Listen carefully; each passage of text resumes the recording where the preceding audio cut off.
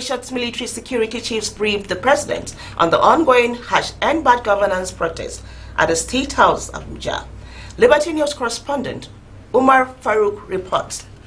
The Chief of Defense Staff, General Musa, speaking State House correspondent after the Security Council meeting, expressed grave concern over the display of foreign flags during recent protests in Kano and Kaduna states. Said what began as peaceful protests has been exploited by criminals, resulting in widespread looting and theft.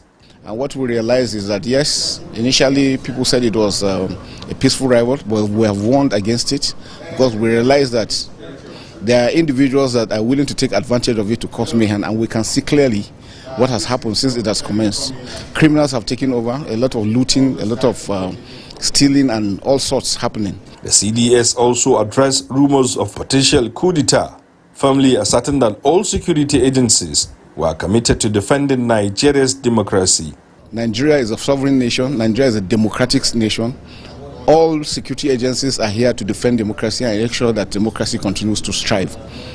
We will not accept anyone pushing or taking any action, seemingly or for whatever reason, to want to push for any change of government. Democracy is what we stand for. Democracy is what we continue to defend. General Musa revealed that authorities have identified individuals responsible for manufacturing and distributing the foreign flags, many whom are reported using children to carry out these activities. Responding to allegation of military involvement in looting, General Musa dismissed the claim as misconception, stating that a thorough investigation had cleared armed forces personnel of any such wrongdoing. They actually have seen those things, and they wanted the military's commitment to maintaining peace and tranquility in Nigeria, warning that those who have crossed the red line by displaying the foreign flags will face prosecution. From State House, Abuja, Hassan Umar Farouk. Of a teenager by a soldier in Samaru area of Zaria in the state. The late 16-year-old boy Ismail Mohammed was said to have been shot by the soldier inside his father's house, while the security operatives were enforcing the 24-hour curfew imposed by the state government, following a violent protest that broke out in Zaria, Kaduna State. Confirming the incident in the statement, the Director of Army Public Relations, Major General Onyema Wachiku, said the soldiers involved in the killing of the teenagers has since been arrested and undergoing interrogation. According to him, the incident happened when the hoodlums blocked the road, setting fire and brazenly attempted to attack the troops, prompting a soldier to fire a warning shot to scare the hoodlums away, which unfortunately led to the death of a 16-year-old boy, Ismail Mohammed. Saddened by the incident, the Chief of Inspector General of Police, Kayode Bitoku, has said that police, military, and other security agencies did not use excessive force on the #End Bad Governance protesters. Speaking at a meeting of security agencies held on Tuesday in Abuja, the IGP said there were attacks on security operatives deployed to manage the protests. According to the police boss, the military and police did not use live ammunition during the protest. The IGP also dismissed claims that the police were not overstretched. Activities were recorded during the protest except for kidnapping. On the incident in Kaduna, the police chief noted that no armored personnel carrier APC was hijacked by the protesters. The Kano State Police Command has announced the arrest of several foreign nationals believed to be sponsoring the protesters. This revelation comes after a security meeting between State Police Commissioner Salman Dugu and the Kano State Governor Abba Yusuf. During the protest, which began as a call to end bad governance, some demonstrators were seen flying Russian flags, a development that has raised concern among authorities. Following this, security forces intensified their operations, leading to the arrest of foreign suspects. He emphasized that the authorities are taking all necessary steps to maintain peace and others in the state.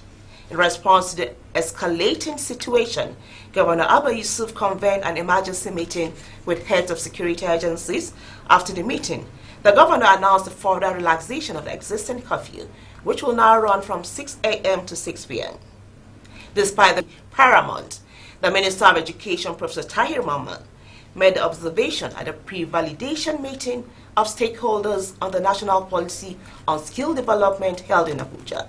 Now the news.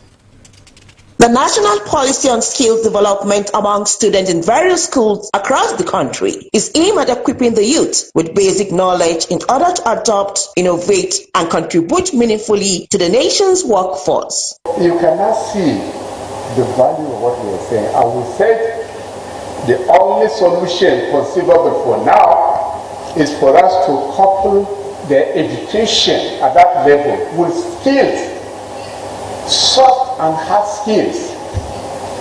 Expose them to varieties of skills at those levels. The Minister of State for Education, Dr. Yusuf Sununu, explained that the policy seeks to bridge the gap between education system and the demand in the labor market through aligning the school's education curriculum and the training programs with skills required by industries in order to be self-reliant. This policy aims to bridge the gap between the labor market, ensuring that our young people are not only academically equipped, but also possess the practical skills and competencies that employers seek.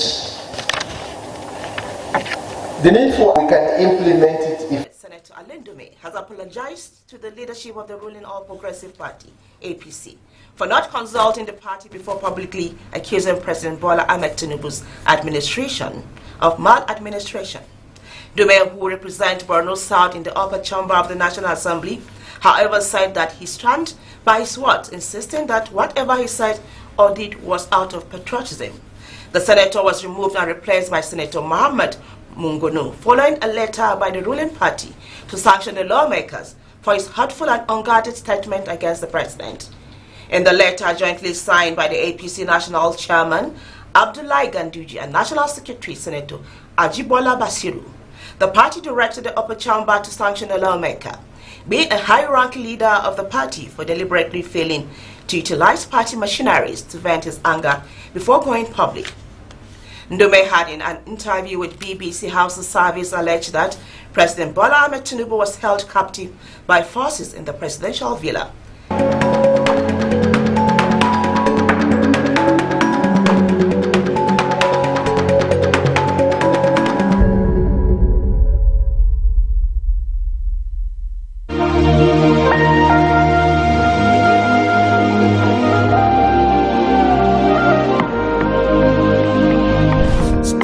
That gives civil rights and justice for all. Nigerian voices will be heard. We are the voice for the people. We bring you news, entertainment, current affairs and politics.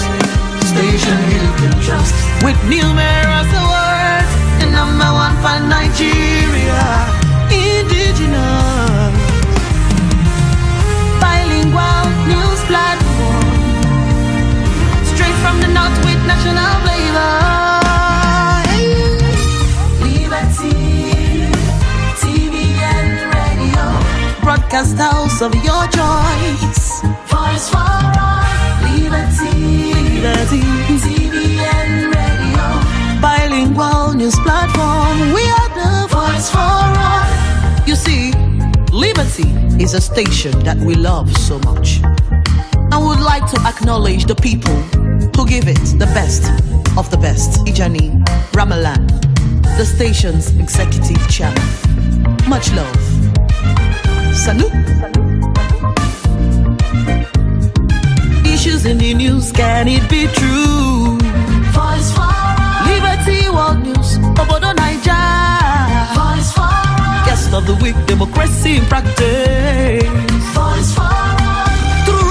Democratic spotlight, health matter. Voice for all. Gamzati magazine program. Voice for all. Labari Duniya. Voice for all. Movies and documentaries. Voice for all. We have numerous programs, but this is how far we can go. You can watch and listen to us online all over the world. Hey, with numerous awards. #1 for Nigeria, indigenous, bilingual news platform, straight from the north with national flavor. Liberty, TV and radio, broadcast house of your choice. Voice for all.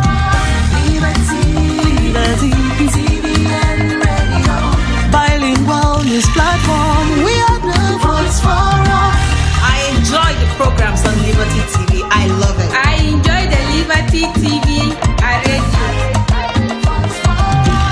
Liberty na our station, now we get am. Try Liberty. Only you they give the latest.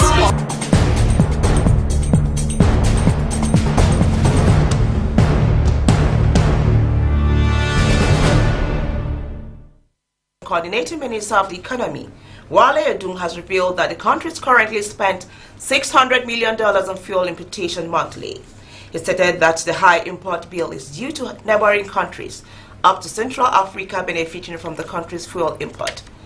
Edun explained that the situation was the reason President Bola Ahmed Tinubu removed fuel subsidy, as the country does not know the exact amount of fuel consumed internally.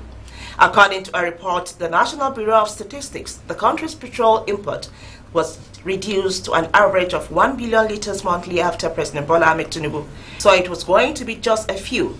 Edun also clarified that the recent decision to raise the maximum borrowing percentage and the ways and means from 5 to 10% does not imply that the federal government intends to rely on the Central Bank of Nigeria. And on the foreign scene, Bangladesh Nobel-winning microfinance pioneer Muhammad Yunus will lead an interim government after mass protests forced longtime Prime Minister Sheikh Hasina to flee.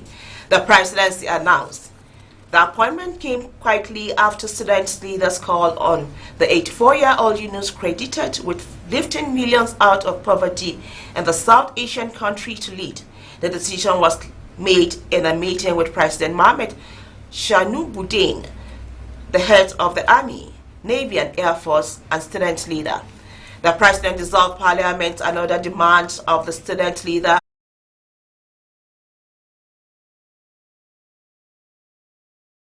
been arrested and 100 charged over the week-long disturbances sparked by online misinformation about the murder of 3 children in a mass stabbing, with police bracing for further possible violence. Prime Minister Keir Starmer, a former chief state prosecutor, said he expected substantial. Nigerian-based athletes who are representing the country at the 2024 Paris Olympic Games